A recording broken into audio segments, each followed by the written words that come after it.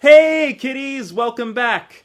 I know last week's movie was a little bit, frosty, but, the higher-ups are kind of complaining about the one that I picked for you this week. It's a real sexy one, so don't tell him your Uncle Newton never did anything for you. We're speeding things up and jumping into the 1980s. This is the 1982 remake of Cat People, directed by Paul Schrader. Ooh. Similar to John Carpenter's version of The Thing, Cat People is a 1982 remake of an RKO film produced by Universal. However, unlike The Thing, this is a case where the original has gone on to become a classic, while the remake still seems to be forgotten. It's been more than 30 years since the release of Cat People, and it's high time more people knew about it. The original, released in 1942, is one of the quintessential films produced by Val Lewton during his tenure at RKO in the 1940s. It's an understated supernatural thriller and is best remembered today as one of the originators of the jump scare, referred to at the time as a Lewton bus, for obvious reasons.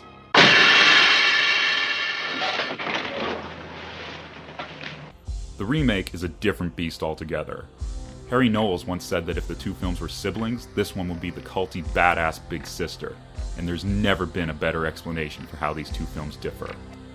Cat People follows the story of a young woman named Irina, who moves to New Orleans to reunite with her brother Paul, who she hasn't seen since childhood. As she begins falling in love with a zoologist named Oliver, she discovers that she and her brother are not the people she thought they were. We are an incestuous race. We can only make love with our own. Yeah, okay, so this is where a little explaining is in order. It turns out that Irina and Paul are descended from a race of inbred human shapeshifters who transform into feline monsters unless they satisfy erotic desires with their own kind. Add to that the fact that they have to take a human life in order to return to human form, and that making love with anyone other than your own sibling will turn you into an inhuman monster, and you have the makings of one seriously fucked up movie. And yet, somehow it works. Cat People was directed by Paul Schrader, the writer of Martin Scorsese's Taxi Driver. That's right, the same guy that brought us this. Unemployment and inflation. Also brought us this.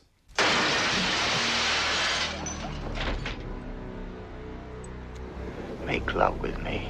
But seriously, Schrader is pretty much the reason why this film works, because no matter how extreme it gets, no matter how erotic or violent, it always feels like it has a purpose, from the visuals to the music. See these eyes so green, I can stare for 1,000 years. That's David Bowie singing the title song, by the way. I also gotta mention the casting. Natasha Kinski is fantastic as Irina, straddling a brave line between innocent virgin and sexual predator. Really? I just need some food and I'm all right. What about you? You want to have some dinner with me? Of course, Malcolm McDowell steals the show, but he's the kind of guy that could walk through a movie and still give you an Oscar-worthy performance. Then there's John Hurt as Oliver. Yeah, the dad from the Home Alone movies. You'll never look at those the same way again. We even got Ed Begley Jr. in there as one of the zoo personnel. What's creep, pussycat? Whoa. If you've never heard of him, don't worry about it.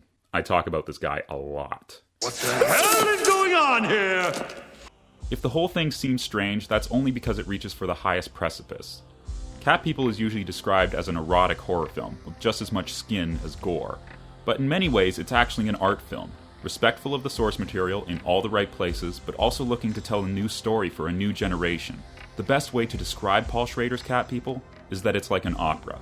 Everything is big, everything is dramatic, and everything is beautiful. With gasoline.